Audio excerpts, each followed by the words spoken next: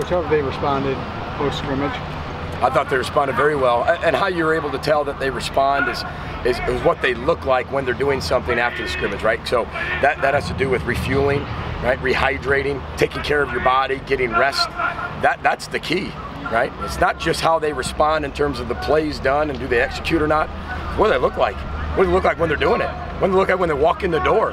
And all I've seen is this team continue to take the right steps and the right strides and buying in, believing. Abigail, our nutritionist, is absolutely a rock star. She's incredible. She's our new nutritionist. She has changed this whole thing completely. And her work with Dan Nickel and our entire strength staff, these kids are committed. And that's what I really am proud of them for, because they're committed to their bodies. And this is the hard part, week 3, right? And if you look at our injury report, there's some on there, but there's nothing that serious, right? There's just maybe some bumps and bruises that we're going to take care of. But other than that, I tell you what, they deserve a lot of credit. How much is the not having 2 days this year alter the way you go about it or influence? Like, you know, Chip, we haven't had 2-a-days in a few years. Yeah. I haven't done that at my last stop. You know, we've also done a break in the middle of the week as well for the last few years, and I think that's been beneficial. You know, doing everything you can to be ahead of the curve. I think is really beneficial for a football team, also beneficial for your culture in terms of when you're demanding buy-in, right? The whole thing, and this is taking care of our players, but if you watch our practice, this isn't a soft, slow, taking care of a player practice. We go, but to be able to minimize those 2-a-days, take another walkthrough in the middle of the week. When you talk about, they go so hard and they can't wait to practice Monday, Tuesday. Wednesday they got 2 walkthroughs. Thursday, Friday they can't wait to be out here. Saturday or some type of scrimmage. So when they walk on the field, there is no, oh, I don't want to practice. They can't wait to be out here. So we're getting more quality than just quantity. And I think that's really beneficial, and that's what we've done the last few years, and it's been working. And you have to have a very mature team to do it. Are we mature? I don't think we're the mature football team yet. We're becoming more mature, and I think they're understanding how to handle those things as well. Because it's new for everybody. Coach, what's your evaluation of Tyler Johnson and your wide receiver? Sound like Ewok, you know. I will say this: Matt Simon, I think, is one of the best wide receiver coaches in the country. To develop those young receivers, where you know the most catches we've had is 37 in a career, and we've got some young guys playing. You know, Demetrius Douglas, who's just got here a few weeks ago, and now he's in there already the top 3 rotation. That puts a lot on the coach to be able to get him to be able to catch up, to be able to perform at a high level. Ty, I think, is taking the next step. You know, he's taking the next step, which is the next right step. What is that step? It's the next right step.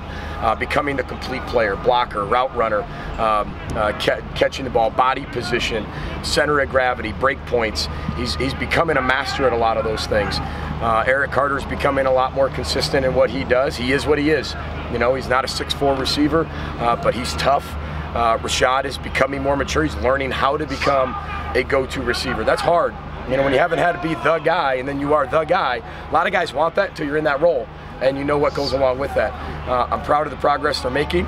We're a long way away from where we need to be. We understand what kind of coverages we're going to get because we are an inexperienced group and we throw a lot of things that we think we're going to get at them in practice.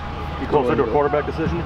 I think so. You know, I will say this. You know, I'm going to make this. You know, I haven't talked to our quarterbacks. I haven't made a final decision, but you'll hear me talk about this as we continue to go forward. That you know, if we think we're just going to have one quarterback or need one quarterback through this entire season, I think that I would. That I'd be crazy to think that. So as we go forward, I got to start looking at some options. I will say this: every time these quarterbacks, one does this, the other one does this. One does this, the other one does this. This one gets back, then does this. What I love about both of them is they're both getting better.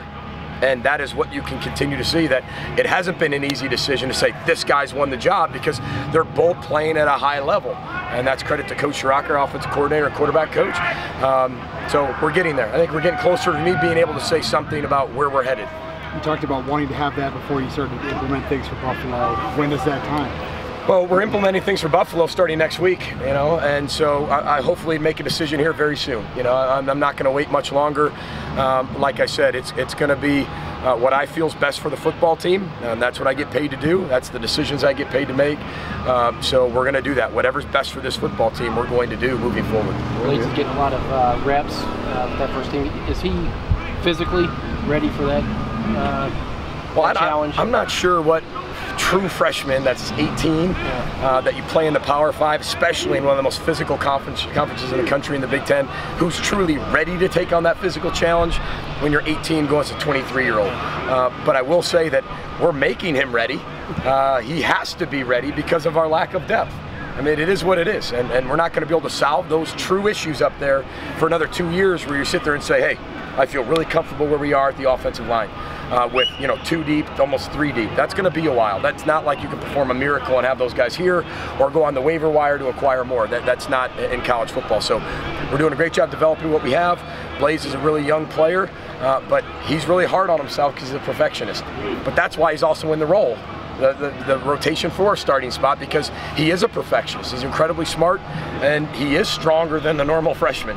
But we have to accelerate his learning because we're going to possibly need him. How do you feel like looking at 11-on-11s, you're going offense, defense? Who do you feel has the advantage at this point from what you've seen in these drills? Well, I think our defense is way more experienced.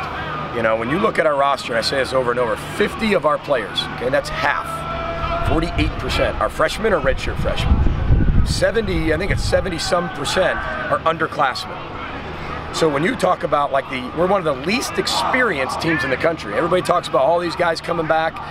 We have some star players coming back that have played football for us.